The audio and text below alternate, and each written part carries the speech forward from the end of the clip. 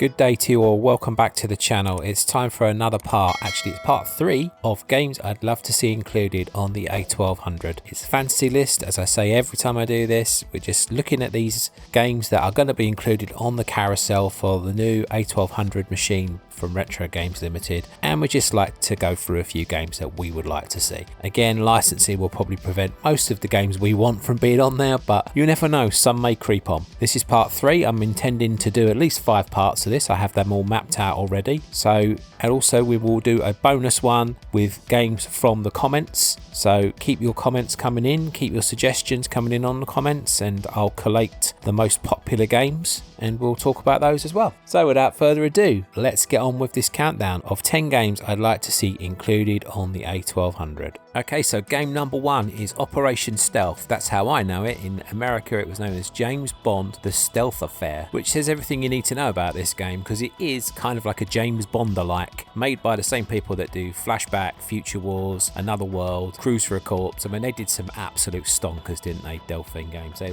were brilliant, and this one was no exception. I really loved it. It had a very similar sort of interface as Future Wars did, and very much a point-and-click adventure of the time. And yeah, absolutely brilliant. You felt like you were James Bond. It may be a bit clunky and a bit dated now, going back and playing it, but back then, wow, it was very hard as well. And it was another one of those games that obviously we didn't have walkthroughs for, so it was very much, you could spend hours butting heads if you were stuck on a puzzle, and I did get stuck many a time in this game, to be perfectly honest with you. There are a few quite difficult puzzles in this one. But I think playing it on like one of these systems where you can just literally save it every few seconds and you can reload your saves if you really balls it up and stuff. So yeah, I think point and click games do very well lend themselves to these machines. I had a blast playing the Indiana Jones and the Monkey Island games. I've still got to finish Monkey Island too. But I had a blast playing them on the A500 Mini. I just think they're great fun to play. I have a lot of fond memories of point and clicks, and you'll be seeing a lot of them on my list. I think I got 3 of them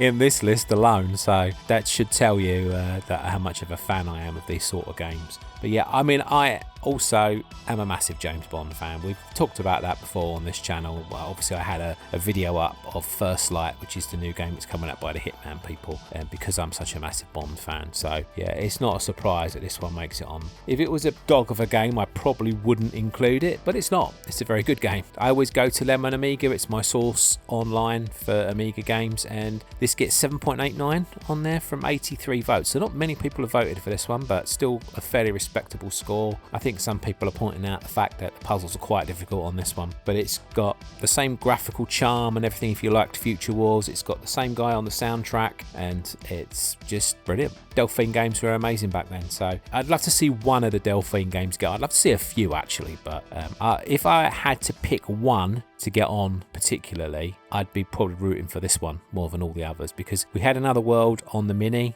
I don't mind seeing it again on this one, but I'm just saying, you know, as we had it on the Mini, maybe it's not a necessity. Flashback I've got on the Switch, so I'm not massively fussed if it gets on, although still that would be brilliant. So I think Operation Stealth, if I had to pick only one Delphine game, would be the one I'd be rooting for. Maybe Future Wars, but anyway, enough said. Fantastic game, and if you haven't played it and you're a James Bond fan in particular, I highly recommend you check it out. The next game we're going to talk about is Superfrog by Team 17, released in 1993. Now, I'm not a massive platform game fan, as you know from this channel most probably, but Superfrog I really enjoyed when I played it back in the day. I have a funny story attached to it, funnily enough. Well, it's not a funny story I guess, but I got this game from HMV in London, in Oxford Street, when I was queuing up for tickets to go and see In Excess in concert at Brixton Academy, I think it was. Yeah, I queued up for hours for these tickets, and while I was at the HMV, they were selling Superfrog, so I came home with a copy of Superfrog and my tickets to go see In Excess at Brixton Academy, which was amazing. So it was a good day, to be honest with you. Used to love In Excess back in the day, and I still listen to some of their songs occasionally now, I suppose, but as often as I did back then, let's put it that way. But yeah, Superfrog was fun. Very heavily sponsored, I think, by LucasAid, considering that was your recovery item in this game, and it was all over this game, to be honest, LucasAid. Yeah, I mean, I guess the controls are a little bit floaty by modern standards, but you could do the jump where he could sort of fly as well. It was Superfrog. Superfrog could fly, so, but he couldn't fly all over the screen. It was just literally, you know, you'd have these jumps that were were a little bit floaty because you could sort of flap your cape and fly a little bit as well, which made the platforming, I wouldn't say it made it easy. This game's difficult. I've never finished it, to be honest with you. A lot of people are saying that the level designs are not great on this, but I enjoyed it a lot, and I thought it was probably my favourite platforming game back on the Amiga. Like I said, not a massive fan, so take that with a pinch of salt. You know, I like platform games, don't get me wrong, but I don't think I'd ever include them in like my top 10 games of all time. You know, even like games like Mario and stuff, as good as they were, and they were groundbreaking, it's just that style of game has never really been in my tops, even though I would still play them. So it kind of says that Superfrog is a good game. It's nice and colourful, graphics are great, as always with the Team 17 games, and as we refer to them in Amiga, we always do. This has got 8.45 from 447 votes, so yeah, this is one that people did like. Although some of the comments, there's a few people that really hated it, so there you go. Let me know in the comments if you've played it. Let me know if you finished it, because I haven't. I thought going into this that it was an AGA version, but it wasn't an AGA version, it was a CD32, which, I mean, that doesn't matter, but it's just, it would be nice if there was an AGA version. I do like to try and put some AGA games on if I can, just to take advantage of the A1200 itself, but this one, yeah, it was a CD32. I knew there was a more souped up version. Don't think I had that. I didn't have many games for my CD32. I loved my CD32, don't get me wrong, but I didn't buy many games for it, but yeah, I don't think I had the Superfrog on it, but I'm not sure. Anyway, definitely worthy of a place, I would say. Would be fantastic, would be a good game. Again, mixing the genres, you know, you want a mixture of genres on a new machine, don't you? And I think if you're going to include a platform game, they included Zool on the Mini, this would be a good one, and I think a lot of people were surprised that Superfrog didn't get included on the Mini. I remember back when it was announced and they were talking about games, a lot of people did say they were surprised that Zool was on there and not Superfrog, so could be a chance to amend a wrong there. You never know. Game 3 is Lemmings by Psygnosis from 1991. I don't think there's many people who don't know what Lemmings is. It was an absolutely brilliant puzzle game back in the day. Yeah, a fantastic game. 8.86 from 592 votes on them and Amiga. I think this is one of the highest rated on this list, for good reason. I did play a lot of this, but there were times when I used to get stuck on it, and it's like, you know, beating your head against the wall. But this is another game that you can play 1 or 2 players, and I think that there is an AGA version of, like, it's not this, it's All New World of Lemmings, but that wasn't as good as the original. So I could have gone with, oh, let's just put an AGA game on there, but I think no, you've got to have the original when it comes to Lemmings. I would imagine that most people that had an Amiga back then would definitely have played Lemmings. The ultimate puzzle game. You control a bunch of lemmings. Basically, you've got to get them to the safe spot, but they have to go over lots of obstacles. You can tell them to do certain things. You can use them as a team there, and there are lots of hazards to overcome. It's a fantastic game. It doesn't make you think, and again, there's not many games like this, which means it's a good mixture of genres again, as I'm going for here, and this is definitely the puzzle element. We've had the platform, we've had a point and click, now we've got a puzzle, and look, we're 3 games in, we haven't had sports game yet, which is a miracle for me. Don't worry, we're making up for it later. You know, this is definitely a lot of fun. I remember when I got this game, I was quite late to it actually. I didn't get it immediately, got it years later. I think I bought it on a market stall actually. I'm sure it was the same day that Man United beat Ipswich 9-0 Old Trafford, and that was in 1995, so that goes to show you that I wasn't one of these people that straight away bought this game. I think back then I was not into the puzzly type games, and it was only there where people used to tell me how good this game was, and I saw it at a market stall and it was going cheap, and I thought, well, yeah, let's have a go, and then I was hooked instantly after that. So I think this definitely would be a great game to include. And again, this is another game that I think when they announced the games that were on the Mini, a lot of people were surprised that this wasn't on there. I'm not sure if it's a licensing issue or not. See, the thing is, we don't know whether any of these companies still exist. We don't know who owns the rights to the games and stuff, so it does get a bit complicated, all that sort of stuff. But Lemmings would be a super game to include because of its 1 to 2 player element, and also the fact that it's a little bit different, and I think it would definitely sit nicely on the carousel. Nice and colourful as well. Colourful game, colourful artwork.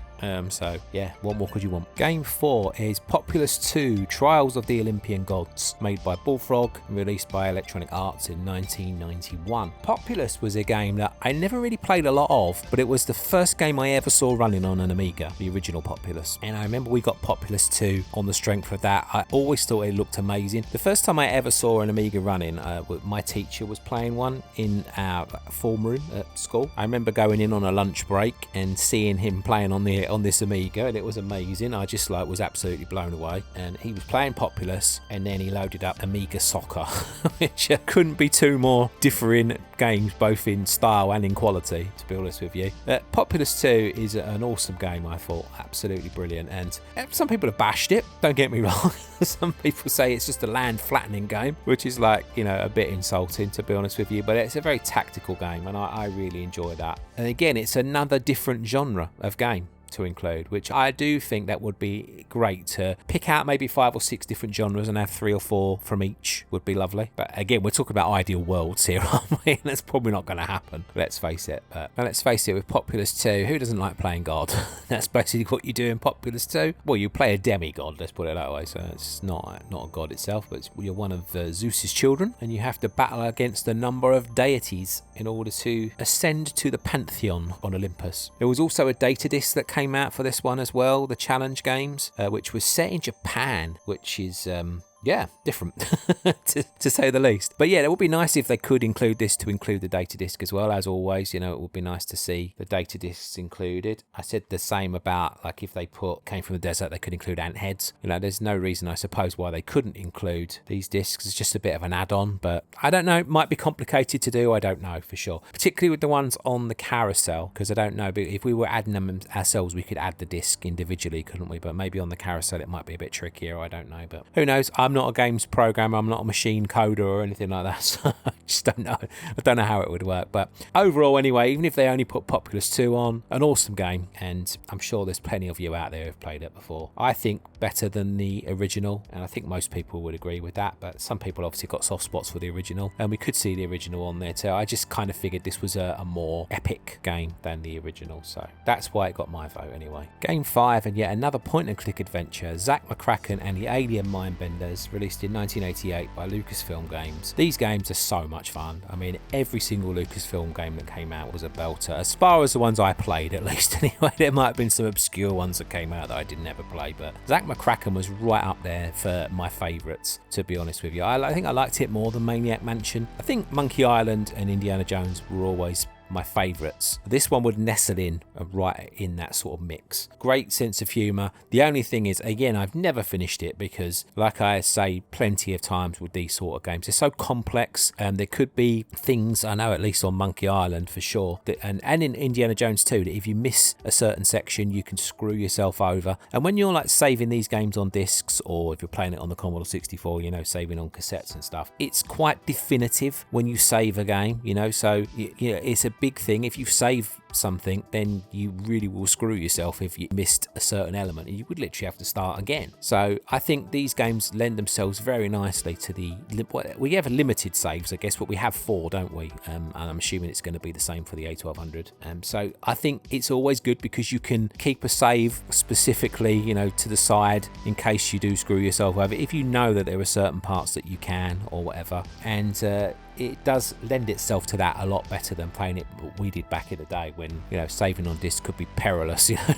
used to think sometimes it was a real like moment of hovering over that save button if you knew that, oh god, if I save it here, this is the point of no return sort of thing. And yeah, it's so I think these games are great for these machines. And also with games like this as well, let's face it, sometimes you're going to have to look at a walkthrough. Yeah, you might not, you might say to yourself, I'm not going to do that, and maybe you finished it without, but me, I never finished this game. I feel like it's a very complicated one, and it certainly would benefit, and I don't think there's anything wrong if you get stuck on a puzzle. I mean, I always try and do it first. That's my motto with these games. But if you do get stuck, there's no point in like hating a game because you're stuck. Do you know what I mean? Not nowadays with the internet out there and Google, or you can just go and look. But I would never cheat on a game unless I got absolutely stuck on it. And these sort of games, they're so complex that you could do. And you can look at like guides as well, just give you a nudge. You don't have to look at a complete walkthrough. But I certainly think they're a lot more accessible nowadays than they were for us back then, because like, yeah, you could get heavily stuck and you would end up going off a game because of that. Although it did give you an immense sense of achievement when you did actually get through it. When I played these games back then, like before the age of walkthroughs and stuff. I only ever finished Monkey Island and Indiana Jones. I never finished any of the other point and clicks, I don't think. Day of the Tentacle, when I got the PC version of that, I did finish that too, which is one of my favourites of all time. I went Full Throttle as well, was another one I completed too. But yeah, a lot of the times there were little bits and pieces that you just got stuck on. You could obviously have discussions in the playground and stuff with people, and well, obviously in the 90s I couldn't. It would have to be people at work, and most of the people I worked with didn't play computer games, so that was a bit frustrating. But this one I could have discussions with because I didn't leave school till 1990, but that's beside the point. I'm waffling on here. Zack McCracken is a fantastic game. I'm not even going to try and describe the plot to you. You might have to look that one up for yourself because it's complicated. But yeah, very fun, great sense of humour. As always with all these Lucasfilm games, the sense of humour, the writing's fantastic, and yeah, I'm sure you've played a point and click before in your time. Let me know if you've ever beaten this one, because I certainly haven't, and I plan to on the TheA1200 without a shadow of a doubt. Even if it's not included, it'll be going on mine. Game 6 is Jimmy White's Whirlwind Snooker, released in 1991 by Virgin Games, made by the legend that is Archer McLean. I was going to put Archer McLean's Pool on, but then I thought, nah, Snooker's the better game, so we went with Snooker. But also Archer McLean's Pool could have gone on here quite easily. I didn't know if maybe to put Archer McLean's Pool on simply because Pool is more universal, I guess. But nowadays, snooker back then was mostly, in the UK. You'd get the occasional player from Canada like Cliff Thorburn and stuff, but most of the professionals were UK based. Nowadays, they come from everywhere, don't they? Snooker's quite a big game worldwide, so I guess it is more accessible now for sure. But back then, when Jimmy White's Whirlwind Snooker came out, snooker was more a UK based thing. Really, not necessarily because they would have tournaments over the world, but the popularity was by far bigger in the UK than anywhere else. But yeah, this is just a fantastic game, and obviously it's another game you can play multiplayer, and hard to believe we're on game 6 and this is the first sports game, so just pointing that out to show I'm not completely obsessed with sports. The physics and the graphics were brilliant on this, and the sound effects too, even from Chalk in the Queue, which sounded very much like Chalk in the Queue. I remember as well when I got mine, and it says it on the little picture, you can see it, maybe you can't as it's like in small writing, but I remember getting a free Whirlwind chalk in the box as well when I got this game. I remember getting mine. I went to the snooker club, so I used to play a lot of snooker back then. So yeah, my Jimmy White's chalk went everywhere with me until it eventually ran out. So that was a nice little bonus touch you got. But I just think it was just revolutionary for its day. I used to grew up playing things like Steve Davis's snooker on a Commodore 64, but every time you played a snooker game, pretty much it was an overhead view, which is nothing wrong with it, but it was always incredibly hard to line up shots. And Jimmy White's came out, and it was one of the first, and I'm not going to say it's the first because I'm sure like 3D pool and stuff like that came out previous, but it was one of the first to have the proper view, like looking down the cue view at the table, and it revolutionized everything. It was absolutely fantastic. I remember playing a lot of this with my dad and a lot of this with my brother, and obviously we played against each other, and brilliant fun. 8.35 from 149 votes on Lemon Amiga. And I remember like if you left it paused for a certain amount of time, or like just left it sitting on the screen, the balls would start pulling faces at you and stuff. It was like just the little touches they put in. It was really funny, which you wouldn't expect from a snooker game. You'd think it's going to be serious and stuff, but yeah, I remember the first time I thought I was on an acid trip or something when I looked up at the screen and saw the ball I was aiming at pulling a face at me. I was like, what the hell? I've been playing this game for too long. But yeah, it's a great game. I can't remember what my highest break ever was, but I know I used to rack up a few breaks on this game. Obviously nowadays snooker games come like this as standard, don't they? But back then we didn't get many games that represented snooker and felt like it was a proper game of snooker, and this definitely was among the first and the best. Game 7 is The Fairy Tale Adventure, published in 1986 by Micro Illusions. I've said this before on previous videos, and I'll mention it one more time just for the record. When I got my Amiga, I got the Batman pack, I got Fairy Tale Adventure and TV Sports Football. They were the games we got for our first ever session sitting playing the Amiga. Fairy Tale Adventure has a lot of memories attached to it for me, and that is why I would love to see it included. This actually got a release on a Mega Drive as well back then, which I found astonishing. I found out years later that it was on the Mega Drive. I was like shocked it was the same game, but it was, and it played pretty well on the Mega Drive, to be fair. But this was the original way I played this game, and like I said, for sentimental reasons, if nothing else, I would put this on. But also it was a very good game. Not if you're reading some of the comments and reviews on Lemon Amiga, although it did score 8.19 out of 10 and 83 votes. So it did very well. And a lot of the reviews are very positive, although somebody's put, nope, terrible game, unwieldy, awful combat, too little of the playing area visible, and just not fun to play. Well, I take exception to that. It was a very fun game to play, and I think sometimes people can judge games based on modern standards, because this review was in 2023. This person wrote this. So yeah, if you're gonna play retro games 40 years after they were released, maybe they're not gonna be as good as the games that come out these days, but Fairy Tale Adventure was still fun. And I can understand one point, you could suddenly be ambushed by a group of monsters. They did suddenly appear on the screen out of nowhere, but you can also run away, so which I did fairly often in the playthrough that's probably shown on the screen right now. But funny enough, I never played the sequel. As much as I liked the original, I never played the sequel that came out. I think it came out about 10 years later, so I'd probably moved on to other things by that point.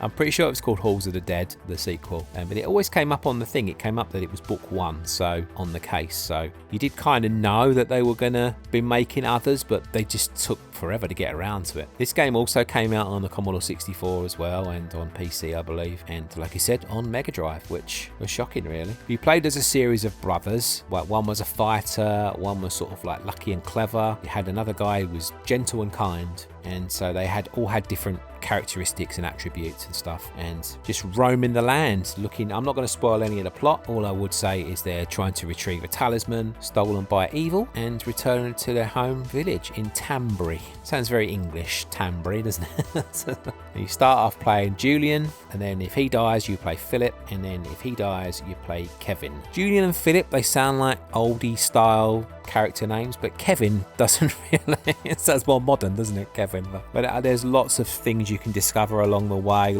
and I think this game would be great again to include on one of these machines, for the fact you could just, if you get to a certain area and you feel a bit danger threatened, save, chuck a quick save in, you know what I mean? It's like, I think that's the best part about these machines in some respects, apart from obviously the reliving of childhood games and memories and stuff, is obviously the fact that we have quick saves now, so literally you could like save at any moment, just in case, and you can reload at any moment. Say if you walk in one direction and you do get ambushed, it's not quite as gutting as it used to be back in the day. But like I said, definitely a massive memory for me, and what's more important, it was a fun game to play as well. Obviously not a multiplayer game, just a one player game, but you can kind of play these games multiplayer. If you've got 3 players, one of you can control each of the brothers, you know, and then off you go. Once one dies, the next person steps up, sort of thing. So you can adapt things to play multiplayer, can't you, if you want to? But it's one of them games you could sink a bit of time into if you're sitting by yourself, and personally speaking, I love games like that. And talking of memories, the next game is Batman, or Batman the movie, some people know this as, released in 1989 by Ocean, and this, like I said, I got the Batman pack, so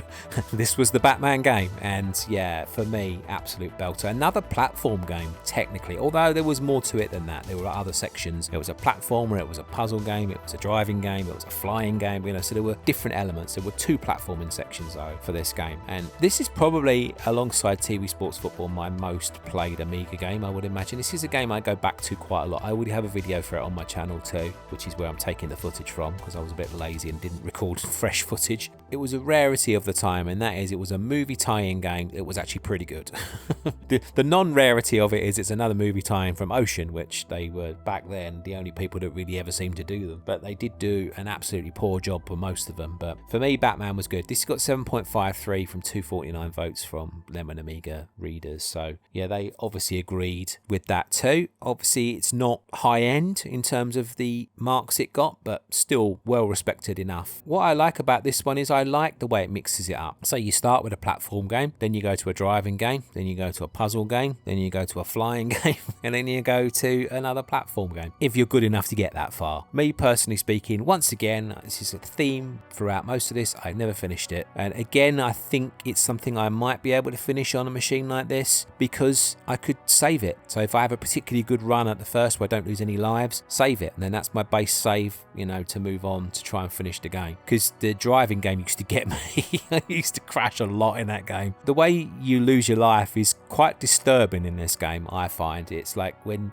you've got a picture of Batman on the bottom of the screen, and every time you get hit, the Joker's face starts to appear, and then eventually once the Joker's face appears over your face completely, that's when you lose your life. And so it's quite disturbing to see that, you know, that face building and building and building, and you know you've only got 1 or 2 more hits left before his face is there completely. And nice graphics as well, looks a lot like Jack Nicholson's Joker, looks a lot like Michael Keaton's Batman. So yeah, the graphics were brilliant. I absolutely love this game. This was the draw originally for getting the Batman pack, was getting Batman, because it was already reviewing quite highly back then, and it did look great, and I couldn't wait. But funny enough, I thought this would be the first game I played when I got the Batman pack, but it was TV Sports Football was the biggest draw then, but Batman was probably the second biggest. And this game will always remind me of getting my Amiga, for the fact that the Batman logo was all over the box and everything. It was just so exciting, staring at that Amiga on the bus on the way home, like just looking at the Batman logo. It was like so much fun and enjoyment. This would definitely be I would say a dream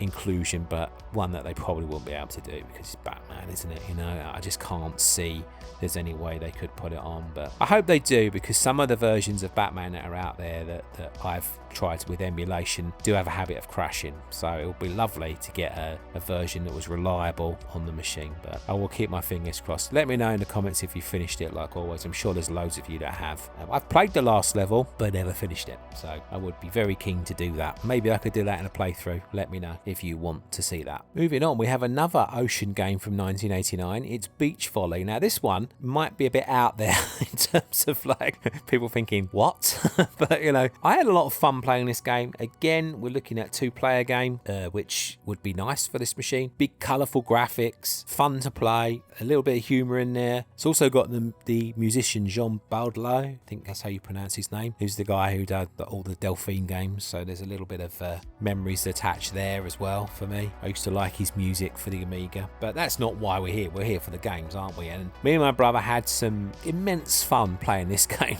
back then. It's very cartoony sort of graphics as well. I never forget when I think I've mentioned this on the channel before on some video where I included this video as some of my memories of the Amiga. They go all over the world like playing the volleyball, so you go to different countries, and when they came to England it was like a highlight for me, obviously being from England. And I always remember they did the worst Cockney accent. The character used to go, "Welcome to Landing," and it's just like, oh my god, does that always sound like? It was horrific, but it's probably a good, you know, representation of how people sound. But to me, it always used to make me laugh when I heard that back then. But yeah, the game's good. I like it a lot. It's very simple. It looks good. It's very colourful, like I said. Quite a tricky game to play, to be honest with you. But I think one of the trickiest things from back then was I didn't quite know what I was doing controls wise. But obviously, if it was included now, we'd be able to look into that a little bit more. We might be able to watch a few videos of people playing it to sort of get some idea on how to do it a bit better. And I think a lot of times with games back then, we used to jump in head first, and that could sometimes make you not like a game as much, I guess, because you didn't know what the hell you was doing. Nowadays, you know, we can be a bit more selective. We can take our time. We can look controls up. We can watch videos to see, you know, how to do it and stuff. So I think that allows for games to be a little bit more, I don't know, difficult, I suppose, to master.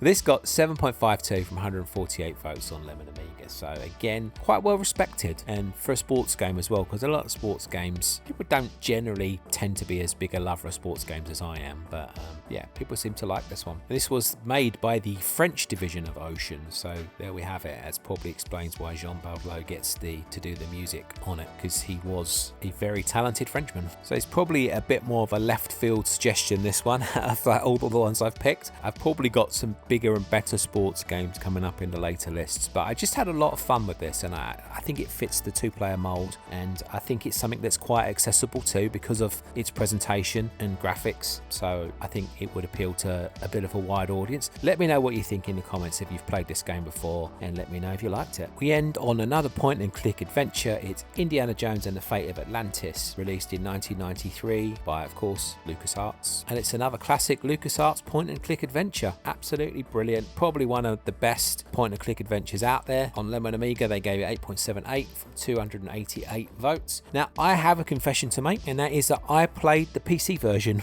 more than I played the Amiga version back then. I got my first PC in 94 and I got the CD-ROM version of this, so that's what I played more than the Amiga version. I did actually own the Amiga version as well, funnily enough, because that's why I bought it on PC, because people were saying back then that the PC had speech, so that's why I thought it would be brilliant. Obviously this one is not based on a movie, and this is the adventure game we're talking about here, because back then they used to like bringing out, well, they went through a spell with this and with Last Crusade of bringing out an action version and an adventure version, which I thought was really cool, because it was like, it was sometimes good to play Indiana Jones. You know, you want to play that character as an action person. So, but to be honest, I didn't play much of the action games because the adventure games were where it was at for me. But I think it's nice to have that choice though. But yeah, we are strictly talking about the adventure game here, and it's an absolute belter. Obviously not based on any movie. The plot is set in the Indiana Jones universe, of course, and as you would expect from the title, he's looking for the city of Atlantis. And of course there's a woman involved, so TheA1200, and of course there's Nazis involved, so there you go. It's your typical Indiana Jones style game. Brilliant plot, very well written, funny. I mean, the opening sequence is really funny as well in itself, where Indy's like bumbling through like parts of the college, like he's up in the attic and stuff, and he's falling through holes and he's looking for something, and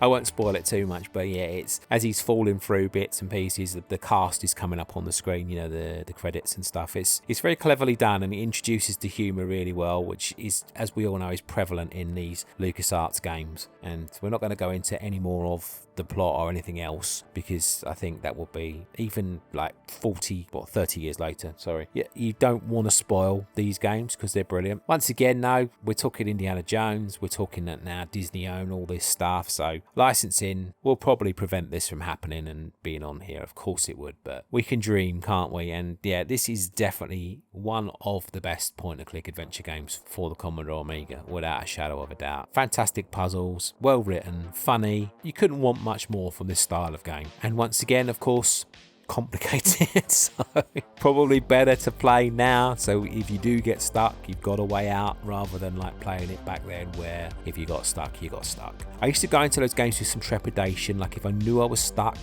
Even like modern games still do this to me, like if I'm stuck on a Grand Theft Auto mission or something or whatever, and you go into it thinking, oh no, I want to play this game so much, but I'm stuck and I don't know how to do it. You know, back then it was a lot harder because you couldn't look it up, you know, but nowadays if you do get stuck and you're really like, I want to play this game, but I don't know how to do this, what do I do? You can look it up. So I know it's cheating and people frown upon it, and there's probably some people listening to this thinking, I would never do that, ruins the game. But I'm just saying that some games can be ruined if you permanently get stuck on it. And I refer to Grand Theft Auto a lot because there were missions in those games. Oh my God, the flight school. Does anyone remember that from GTA San Andreas? My word, that was ridiculously hard. There was also a mission I used to get stuck on Vice City as well, and that was where you had to smash up the shopping mall. That one I was absolutely stuck on too. I did actually get a tip for the flight school one though, and that was you had to go and you could break into the airport and learn how to fly the plane before you did that mission, so you didn't start from scratch, so you had some skill with the plane. I know I'm talking about that now, we're totally talking about Indiana Jones, but just it's an example of games can get ruined if you get stuck on them. You know, you only have so much patience in your body. Well, I do for certain. You know, it's like you don't want to bash your head against a brick wall all the time. So I still think there's a place out there for tips and walkthroughs and stuff if you do get stuck. And I think that's why playing this sort of games nowadays, if you're interested in the story and the writing and the humour of a game, you don't have to get frustrated getting stuck on it. Again, it would only ever be a last resort for me, but I think these games lend themselves lovely to these machines, and I wish licensing was easier. I wish we were in a world where it was, but unfortunately we're probably not, so I doubt we'll see this one. But you'll be able to add it yourself, and I strongly suggest that you do. If you've played it, I'm sure you will be anyway. If you haven't, definitely, if it doesn't appear on here, add it yourself. A fantastic game. So that ends another part of games I'd like to see included on the A1200. Those games again are Operation Stealth, Superfrog, Lemmings, Populous 2, Trials of the Olympian Gods, Zack McCracken and the Alien Mindbenders, Jimmy White's Whirlwind Snooker, The Fairy Tale Adventure, Batman, Beach Volley, and Indiana Jones and the Fate of Atlantis. So quite a mixture of genres and games there, all classics though, as far as I'm concerned. Maybe Beach Volley not a classic as such, but definitely a classic in my life. It brought back a lot of memories when I played this game before for the video, and yeah, it was one of them games that I had a lot of fun with, but all of these games were. There's some games that appear on this list more for sentimental reasons as much as anything else, but that's the point of the list, isn't it? I'm not picking the best games on the Amiga here. I'm picking games that mean something to me. On this list, I was going to include a few games that I'd got to know recently, but I thought to myself, no, I want the games that really had an impact on me back in the day, you know, and also games that I think would fit nicely. I mean, we've got Jimmy White's you can play 2 players on, Beach Volley you can play 2 players on, and then some of these games that I think a lot of the times the point and clicks fit very well on new systems, so they're included too. And you've got a mixture of genres as well, so that's why I went for these things. Lemmings is also 2 players. I think it's a nice variety anyway, but again, like I said, chances of us seeing even one from any of these parts is going to be very rare. I would imagine maybe 1 or 2 are going to make it on, but again, that will very much depend on whether they can get the licenses for them. We shall see. Anyway, thank you so much for watching. If you're new to the channel, don't forget to subscribe. That would be great. And like the video if you did like it. And don't forget to hit the bell if you want to know when the next part of this is going up. Apologise again profusely for not releasing videos very quickly, but unfortunately, as we all know, it's flu season, and with my immune system at the moment, it's not good. I've been struck down again in the last couple of weeks. Last time I recorded a video, I had a bad cold as well, so I think it was the beginning of the flu, and that came on with a vengeance in the last couple of weeks. So yeah, not good, but I don't be making excuses. I will try my best to get videos up more often. I have a few I have to make anyway, so we shall see. And hopefully Retro Games Limited will provide us with some information on the TheA1200 this month. They have promised that, so we might have lots to talk about soon. Okay, thanks so much for watching everybody. Take care, and I'll see you again soon. Don't forget to write in the comments your suggestions too. Thanks a lot everyone. Bye for now.